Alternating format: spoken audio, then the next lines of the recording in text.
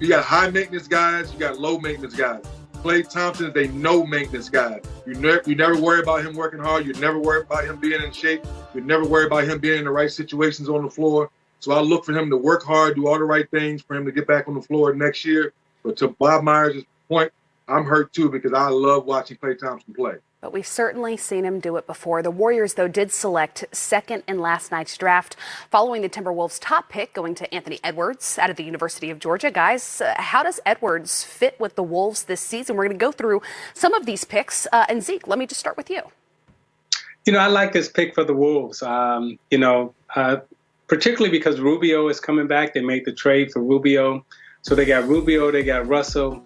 And now you got Edwards, and he's a high flyer. He's ready to play in the NBA. You can put him out in any situation. I know Steve Smith knows him well. Steve, did a nice job giving us some in-depth information about him last night. So I'm fully confident that he's going to step in, have a good rookie season, and I think Minnesota is a great place for him. Karl Anthony Towns, the way he's played, the way he's progressed. Karl Anthony now shooting it from the 3-point line as well as anybody. So I really like what Minnesota is putting together, and Edwards will fit fine. Because 3D, each individual franchise has different expectations for their rookie, dependent upon the expectations for the franchise. So what do you expect from him for this season? I expect him to play great basketball because he'll be around great players. Once again, Isiah, you tapped right into it. The ball's going to be in Rubio's hands a lot, and he's going to be finishing the ball. A lot of times, Cat's going to be double-teamed. So now he's going to get that swing pass on the weak side of the floor, and he'll be able to attack the rim like you see right here in the highlights.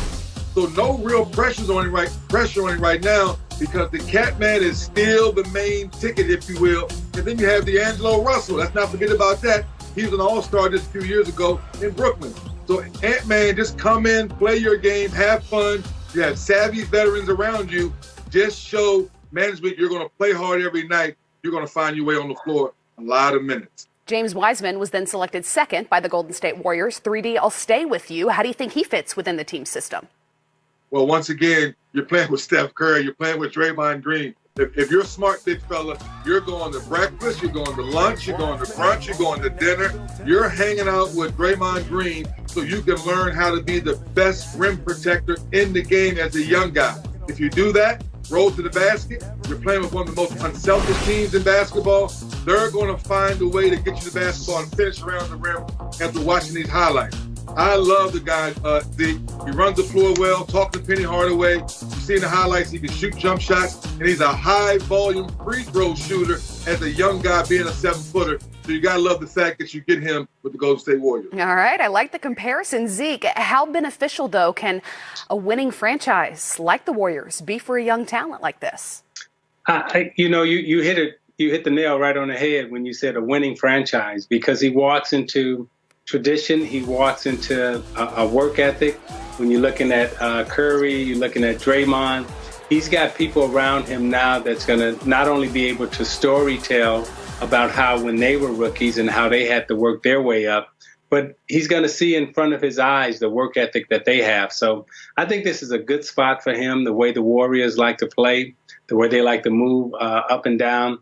I spent a lot of time talking to Penny Hardaway about Wiseman, and everyone loved him in Memphis. Everyone thought that he not only was he a great kid, but he also was a sponge. He was thirsty for knowledge, and I think going to the Warriors organization is going to be great for him. Meanwhile, a team that has struggled to see success in recent seasons, the Charlotte Hornets, drafting LaMelo Ball 3rd overall. Zeke, let me go back to you and ask what he can immediately bring to this franchise. Well, he immediately brings some credibility and visibility. He's one of those players that fans will want to watch play. There's a curiosity about him that people will buy a ticket to come and see. And I think he'll perform and he'll play well. He's 6'7", about $180, $185, and he's going to continue to fill out. I think people are going to be surprised in the league just at how tall he really is, because most people haven't had a chance to really see him since he left high school and went overseas. And now he's come back with a big growth spurt, and I think he's very confident. And I think this is a good pick for the Hornets. I'm glad you mentioned that, Zeke, because we're watching his highlights, and they're from all over. 3D, what does LaMelo's path to the NBA say about the decision-making possibilities for potential high school stars?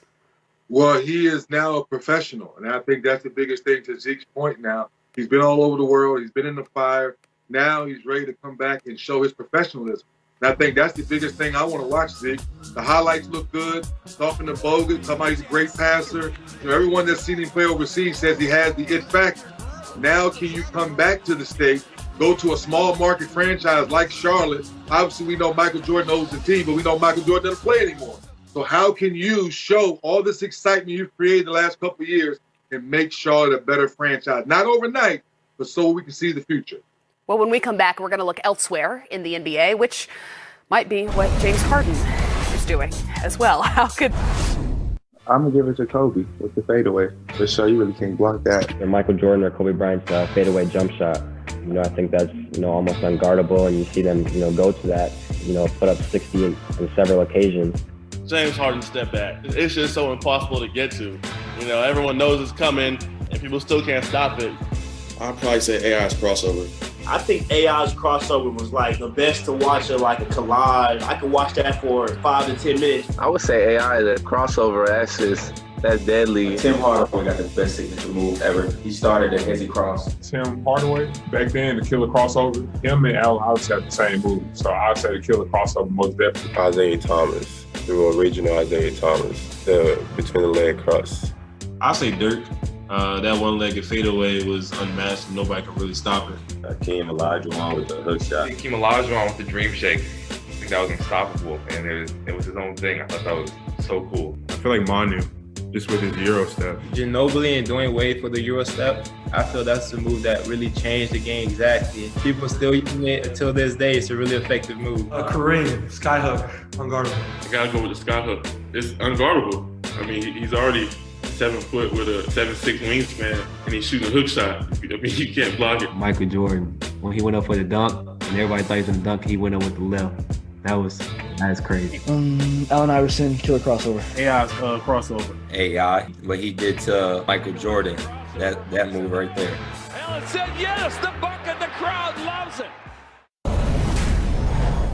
Well, James Harden undoubtedly has one of the most effective signature moves the league has ever seen. He may, though, be ready to make a move as well. Earlier this week, ESPN reported Harden's singular focus shifting to a trade with the Brooklyn Nets as his conversations in recent weeks have amped up with their stars, Kevin Durant, Kyrie Irving. 3D, let's fast forward a few months. Will those three be in Brooklyn and start seeing some success? Hey, Steve Nash, you sure you want to be a head coach? Are you sure you want to be a head coach, Steve Nash? You have 3 alpha dogs coming in. They're talking about, one is talking about, do we really need coaching? We just need to figure out how to share the basketball. Let's call it what it is. For James Harden to turn down $103 million, Isiah, a 2-year extension to be the first $50 million player in NBA history, maybe he is trying to win. Maybe he is saying, I want to share more to KD because he's won. Maybe I do want to share with Kyrie. He has a ring too.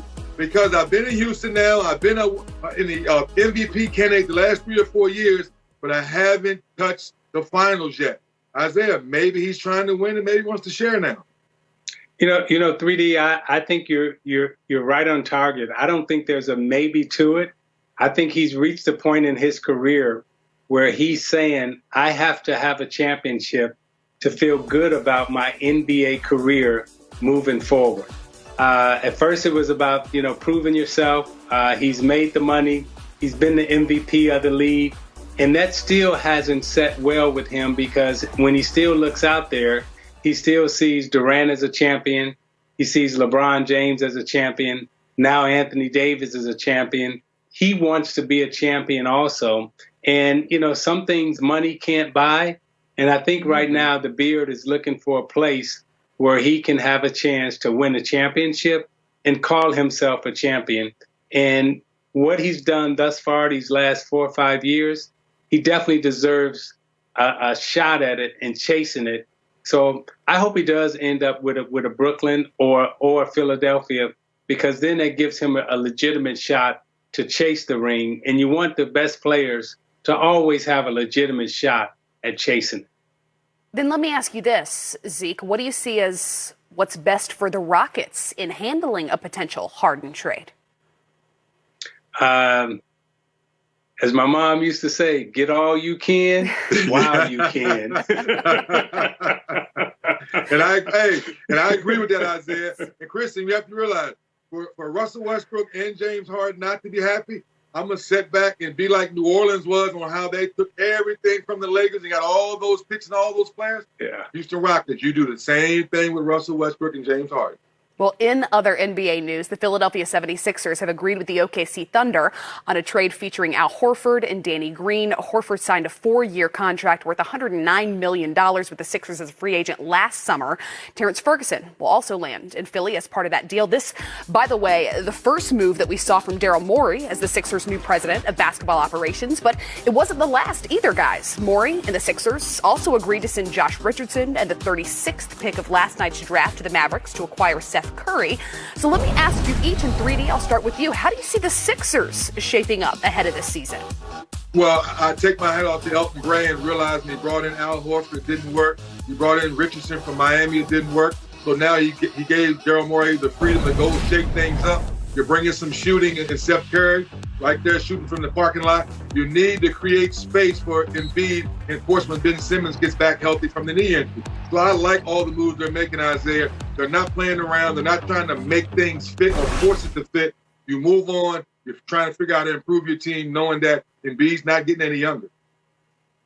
Yeah, I think structurally what Philadelphia did, it made sense. They basically said, okay, we're going to build around Embiid. So they really made the choice that we're going to put players around Embiid that really makes sense for him. He's got Simmons as a passer. Now we got shooters to put around him. But if you lose Simmons and you bring in a Harden, you still have the shooters. You still got the big man in the middle. So you really kind of put your team in a place where structurally it makes sense and you prepare for present and also the future if you were to make a trade. A very underrated move, bringing in Seth Curry. We always look at the Curry family and automatically we say Steph, then we say Dale, and then we say Seth in terms of the best shooters, right? But then when the numbers get put up, you say, oh, wait a minute. Seth shoots it better than Steph. He shoots it better than Dale. Oh, we have been overlooking the improvement that Seth has been making year in, year out in the NBA. And I'm glad he's being rewarded and also acknowledged for the hard work and improvement that he's made in this game. Also, according to multiple reports, the sign and trade agreement between the Kings and Bucks that would send Bogdanović to Milwaukee is anything but certain. And now we're learning that New York Times is reporting that the league will investigate the way in which this went down. And the deal originally reported Bogdanović would have been swapped for Dante DiVincenzo, Ersan Ilyasova, and DJ Wilson as well. Most recently, though, it's been reported that Bogdanović will enter restricted free agency instead. 3D, you're saying, what's your reaction here to what we've seen in the last 24 hours? Well, things get very interesting because when I first heard it, I said, him and Drew Holiday in the backcourt, you got the Greek Freak, Chris Middleton. It sounds like a nice Formula 4 piece there, and you put some pieces around them. You keep some guys. But now there's something fishy going on, Isiah, behind the scenes there. So now we have to wait and see how this flushes out before I get too excited. Because I had Drew Holiday kicked in. I'm like, oh, wait a minute. Let me show my emotion. This is not done yet. 3D's a fisherman, by the way, Zeke. Don't you forget it. He said something fishy's going down. And you know something fishy may be going down. That is probably the most accurate description I've heard of it. One way to put it. Some fishy's going on. But when you lose that type of opportunity, because he's a great shooter, he would have made it better for Giannis and also Middleton and also Holiday. I mean, he really fit. But the thing that you questioned, though, was the loss of all the bench and the role players, losing that many players, losing that many role players. Who was your bench going to be so weak that you wouldn't be able to really compete when those stars came out of the game. So it may end up being a win for Milwaukee, being able to keep some of those young developing players.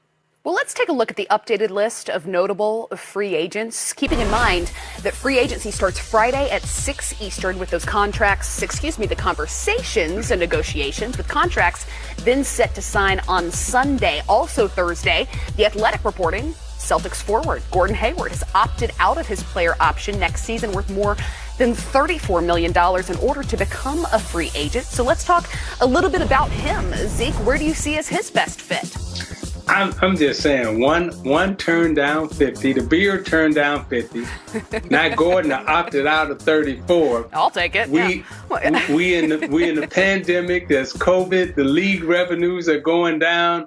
I'm just saying, business wise, I'm not sure, but when you look at it from a playing standpoint, I think what he's probably saying is, maybe I should look, out for other teams or look to go play someplace else, because when you look at Tatum and you look at Brown, both those guys are developing. Both those guys have developed. They've established themselves as number one, number two options on the team defensively and offensively. So it's Hayward's probably looking at a very difficult climb to replace one of those two. So he's probably looking at where can I go and play and probably gain a little bit more security long term, but leaving the $34 million short term, that's a big let go. Well, and you make a great point there, 3D. Would you consider some of that security, knowing the uncertainty in the long term? Yes, after what he's been through, once again, guys, I think there's something fishy going on behind closed doors that we're not finding out about. That is not one, but two fishy stories that Dennis has identified. Two fishy stories today, because $34 million, you come off a injury. You haven't really showed us you was that guy in Utah coming back from the injury and all the things Isiah just stated. I'm like Danny Ainge, I'm opting in and let's figure out something else. But for me, it's hard to leave that kind of money on the table, knowing what you've been through. Now, if you and your agent have some other suitors calling you and they telling you they want to offer you something, then once again, I get it and I understand. I bless you for that. Well, we're going to take a quick break, but we're going to have more as Draft 2020. I'm extremely excited to play against Kyrie Irving. As of late, I've been doing a lot of watching him. CJ McCollum for sure, just because I feel like we have very similar games. I'm excited to play KD. I just feel like he's unstoppable, so I want to see what it feels like to be on the court. Me and Tyler Hero with the Heat, we grew up together, played together from like 6th to 8th grade. I look forward to guarding Russell Westbrook because he's my favorite point guard growing up. My brother won. And then probably Kevin Durant, just because people be comparing me to him, but I don't know. I just want to play him. I never hooped against him before. Definitely Giannis, and going up against the Greek Freak. I'm excited for it. I'd say Giannis and Anthony Davis, just because they are very great players, and I plan on learning from them, but also just playing against them. So, me and Anthony Davis are most definitely a great matchup. Giannis, Anthony Davis, because those are some of the best power forwards in the league, and I want to see how I stack up against them. And Chris Middleton, because he went to my high school, so it's going to be different from playing him one-on-one in my high school gym to actually, on the big stage. Playing against, KD, he's a DMV dude, so. Obviously, LeBron James, best player in the world.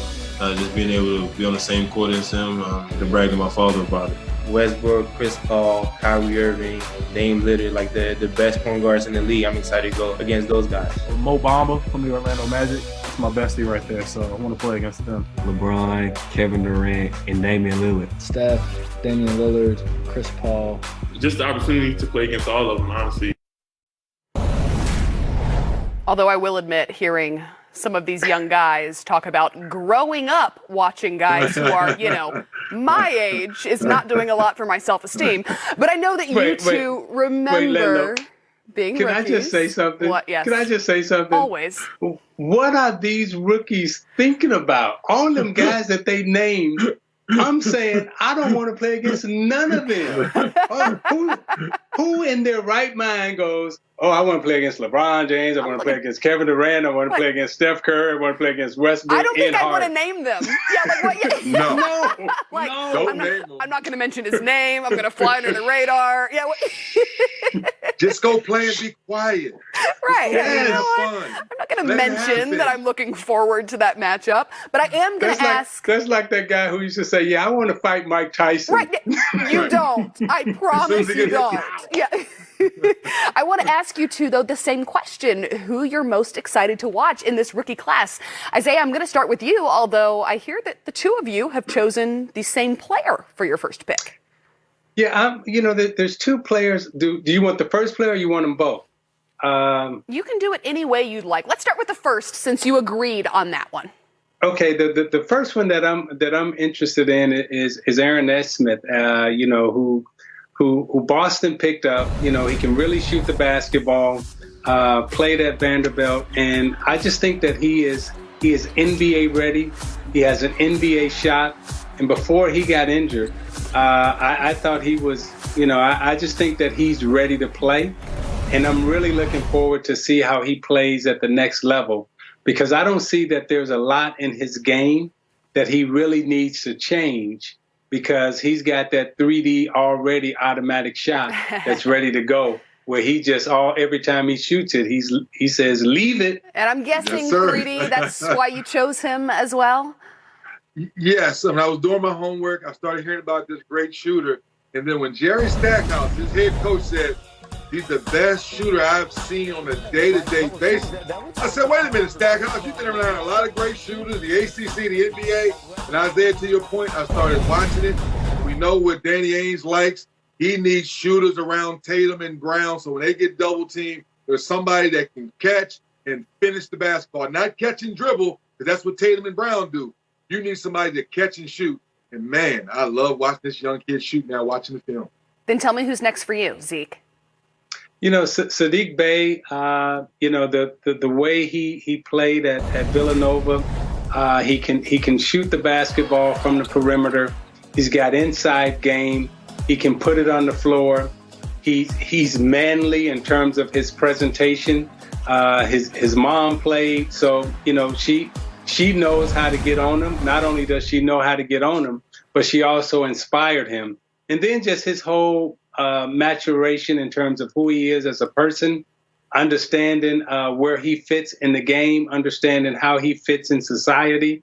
I really like everything about Bey in terms of what he's going to be, and I'm really curious to see how he's going to compete in the NBA. I don't know if he's going to be a breakout superstar, but these two that I just talked about, they can walk into anybody's locker room, they can put on any uniform, and you can put them in an NBA game and feel comfortable with them playing 15 to 20 minutes a night. You also, Isiah, just gave some very important advice to those of us preparing to be the mother of a young son at some point. So she knows how to get on him, but also inspires him. 3D, who's next for you? I have to go with Obi Toppin. I know New York Knicks fans, I know we didn't have our normal draft experience, but I didn't hear too many boos for a change. It's been a long time since I've talked to a Knicks fan where everyone's excited. Even when Porzingis got there was a few boos. This young man right here, you know that from high school all the way up to college, each year he's gotten better and better and better. And you have someone that's coming into your franchise ready to play. The question is, will you let him go early on, Zeke, like we see a lot of these young guys? Don't make him wait. Throw him in the fire and let's see what he has. Well, we're going to have more as Draft 2020 Next Steps continues after the break with the 15th overall selection in Cole Anthony. Recognize a couple of the faces in that room, right, guys? Stay with us. Hold back tears. Hold back tears. With the 15th pick last night, the Orlando Magic selected Cole Anthony of the University of North Carolina. He said those, by the way, are tears of joy. We may be biased, but Cole is part of our NBA TV family, the son of our Greg Anthony. Here they are. Cole, Steve Smith, I want to say congratulations. You know, me and your dad played together. We worked together. He has been so proud of you, and I got a chance to see the emotions from your family. I know how much you guys have put into this. Talk to me about the next steps, and I got a chance to watch you play, and I look at you as a old school point guard that can score the basketball, but not scared to defend, but also can rebound. Just tell the people out there what they're getting in Cole Anthony as a point guard and as a leader, And that's the one thing I think it stands out from you, from a lot of other these guards. Your leadership is off the chain. And I got a chance to play with your dad, who had those same type of qualities. Well, I mean, I think, look, it comes with the job. Being a point guard is a job. And so just in terms of leadership, that's part of the position right there. I mean, if you don't lead as a point guard, I can't really call you a point guard. And when I say lead, that don't mean just yelling at everybody, telling everybody what to do. That means going out there and showing everybody that you're going to do it first, earning their respect. Because if you just go out there and talk a lot, they ain't going to respect you. You're not in there putting in the work, too. So it's a combination of all that. Well, congratulations, Cole. But I got to go dad to dad here, Greg. This moment for you as a father, compare the emotions you're feeling now versus when you went through the same process coming out of UNLV. One of those guys Wow. Andy, I appreciate the question. Not even remotely comparable. I'd have to compare the emotions I felt tonight to the emotions I felt when my children were born.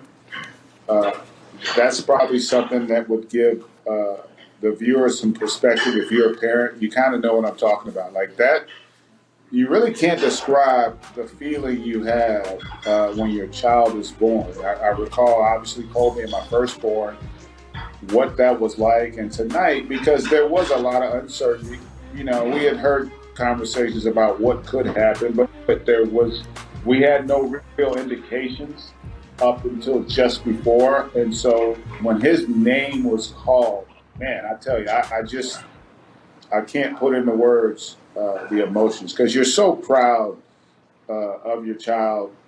I know how hard he works. I know how difficult the past year was for him, having surgery, being injured, the team not performing well, and him having everybody criticize him and belittle him as a basketball player. But it gave me great pride to see how hard he worked, how much he focused on getting better, and how much he loved the game. And so to see his dreams come true, for me, it is a bit overwhelming, to be honest. That was very emotional for me, and it just overwhelmed me. Like, you don't even know it's coming, and it does. So I'm extremely excited and happy for him. I'm worn out, man. I got to tell you, I am done. I wish I could go sleep for about 3-4 days. But unfortunately, or fortunately, I got 3 other kids, so that's not going to happen. But, yeah, it's been a lot. It's been a lot, and I'm just so happy because I also felt like he probably got the best situation he could have ended up in going at 15. I don't know that he would have gotten a better situation had he gone top 5, just because it's a team that made the playoffs. It's a position of need for them. And it'll be an opportunity for him to have an impact from day one. It's also convenient for you. Have you already mapped out the road down I-95 from your home to Orlando? Oh, yeah. My youngest son, Tyson, was already talking about wondering when the schedule's coming out so he could, put on his calendar which games we're going to go to. That was really awesome, too. Like, just to have that experience. I might got to ban you, bro. I can afford my own. I don't know, though. You kind of you a bad luck charm. I can't even lie. Is Dad gonna have to buy his own tickets? Hey, I'm not gonna lie. I got a few cheap stories about him, so I don't know if I want to just give him all that luxury of getting free tickets. You know what? He can afford them. He'll go either way. He can pay for him. He's fine. My only problem is if I don't give him to him, I don't know if he'll come. I really don't. I'm just messing with him. Guys, it's a great story. Congratulations to you both. Yes. Off camera before we brought you on, Greg did point out that he was picked 3 spots ahead of you in the draft. He's got that to hang over you from here on out. Hey, well, since we're talking about the stuff that we talked about off camera, we got to talk about that medium shirt he's wearing. That shirt right there. His people will tell you, I just bought this. You complimented me on this shirt. You want to say, Cole, you complimented me on the outfit. Dog, just because you upgraded from your normal fits don't mean that it was a serious, that don't mean that it's acceptable. Okay.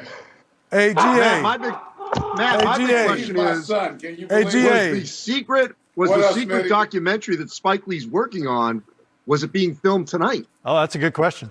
That's a good question, Andy. But I will say, Cole, I've been around Greg. We'll give you a little teaser on that one, Andy.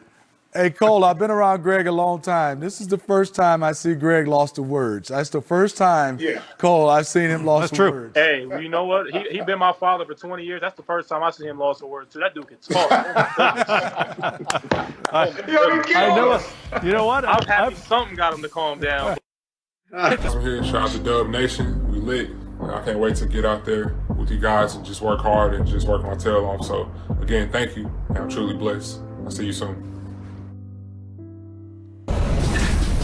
See you soon is certainly correct as we look at the upcoming dates. Free agent negotiations starting Friday at 6 Eastern. Then contracts can be signed just after noon on Sunday. Training camp beginning December 1st. Preseason December 11th. Opening night December 22nd. And guys, in a year that's been entirely unprecedented in the NBA, the rookie class is now going to see more of the same. No days off, no summer ahead, no vacation ahead of training camp. Guys, I want each of you to speak to this trial by fire that this rookie class is going to experience. Zeke, let me start with you. Well, it'll definitely be a trial by fire, but I feel like all the rookies who were drafted, I do believe that they're ready. I think that they all played, exceptionally well during the time that they had to play. I think they all were in shape. And, I want to give a special shout out to the Ball family because when I met the Balls, right, I met a father, I met a wife. They got 2 kids now who have been drafted 1 and 3 in the NBA draft. Both of those young men are gentlemen whenever you meet them off the floor, the way they conduct themselves. Mm-hmm. So when we're talking about an NBA family, the Ball family, in terms of what they've done the last 3-4 years, you have to give them a lot of respect for what they've been through and what they're doing. So congratulations to the Ball family. 3D? Yeah, I think, guys, the only thing I will be a little concerned about, the last 10 years, the Summer League has been a great platform for the guys to kind of sink their teeth into the flavor, the speed of the game, the action. So I think that will be sorely missed. But I do agree with you, Isiah. These young guys in the last 3 or 4 years are so talented. They're so savvy about the game. The creativity and all that. So I look for it. Maybe like Edwards, we know it's not going to be a lot of pressure because of Cat, but 3 through 15, I look for all those guys to play well because they're going to teams that need their skill set. Well, stay with us on NBA TV because we're going to be right back after this. Klay Thompson was one of the most durable players in the league since entering the NBA in 2011. He appeared in 615 of a possible 640 games from that season until 2019. Only DeAndre Jordan at 616 had appeared in more games. Here, you're looking at the breakdown by percentage of those games played. So 3D, without speculating as to how long the road may be, what can you say of the physical fortitude that this rehab, this recovery, this return is going to require from Klay? Well, it's going to require a lot of work, and obviously Klay just coming back from the ACL. And one thing we never questioned about Klay Thompson is his hard work. So I'm not going to waver from that. But like the rest of the basketball world, and like Bob Myers talked about earlier, we hurt. We mourn a little bit because we know how good of a player Klay Thompson is. We know how great of an athlete. We know how great of a person. We know how great of a teammate he's been in Golden State since he's been in the NBA. So Klay, we're pulling for you. Keep working hard. And we look forward to seeing you next year. And Zeke, under the assumption that he isn't in the lineup this season, where do the Warriors go from here? Well, they'll depend a lot on Steph Curry, and they'll lean on him heavily. And all the defenses will, again, be designed to try to stop Steph. But, Steph is such a gamer, and he's such a competitor. I believe he will figure it out. But I like to echo what 3D is saying, in terms of the basketball world, the basketball community. We all love Klay Thompson, and we truly are going to miss him, and we wish him well because he is definitely one of the good guys in the business, and you root for him. So, all our prayers go out to you, Klay. He certainly is. Dennis, what are your expectations now for this team, and how drastically have they changed since this news? Well, there are certain nights when you knew one guy would go off. You knew Steph or Clay would go off. So now take him off the floor. You look for Steph to do more. You look for Steve Kerr to get more creative. Will they make another move before the season starts? Possibly. So one thing we know about Bob Myers, and Isiah, you know this. He's not going to, he may cry a few tears tonight, but when he wakes up in the morning, he will dry his eyes and get back to work and figure out how can he improve this team, knowing that he's not going to find another Klay Thompson, but can he find a piece or two to continue to make this team competitive so they can get back in the playoff hunt? Well, we're going to be back to wrap up this show right after the break, so stay with us on NBA TV as we're less than 24 hours away from free agency in the NBA. 6 Eastern with those conversations, the negotiations. Stop it, Kristen. Contracts are set to sign. I know what you're doing. I know you're set. Like, why put Anthony Davis on the list? Yes, why? Well, okay, because technically we have to put him on the list. Okay, so 3D, I'll start with you. As you look at the list, he's going to call it fishy again, isn't he, Isiah? As you look at the list, which of those names, or potentially even one of them, stands out to you as most intriguing? I'm going to go with Fred VanVleet, because Anthony Davis, I don't think is going anywhere. Brandon Ingram's not going anywhere. But Fred VanVleet, Isiah, you helped start that Toronto franchise. I think the last couple of years and the way he played in the playoffs, there may be a team to come in and offer him a starting point guard position, and Toronto may not be able to match it. I think that's why they drafted Flynn, just in case he walked. Everyone else, I think, may stay. Gordon Hayward, I thought a similar scenario where he maybe could come back, opt out, and sign a different deal with Boston. Other than that, last person I may think leave, Isiah, would be Gallinari. You know, 3D. There's actually 3 names on that list that I was looking at that potentially could leave. And you talk about VanVleet. I would also put Serge Ibaka in that also.